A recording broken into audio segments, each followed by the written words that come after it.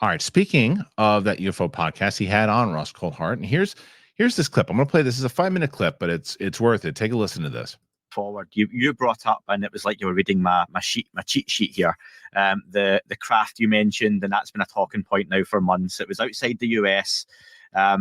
In this podcast Discord chat, it's much more civil than it is online, and people were discussing those. It genuinely is, and people were quite nicely discussing that comment and the debate, and it was all had very kindly, and you had some supporters, others a little bit more frustrated, was around why exactly you aren't allowed to say where the craft is. And I wonder, is that protecting sources, or what would happen if you came out today on this podcast and said, okay, Andy, the craft is in France? Let me tell you, I can't tell you the country it's in. It's not America.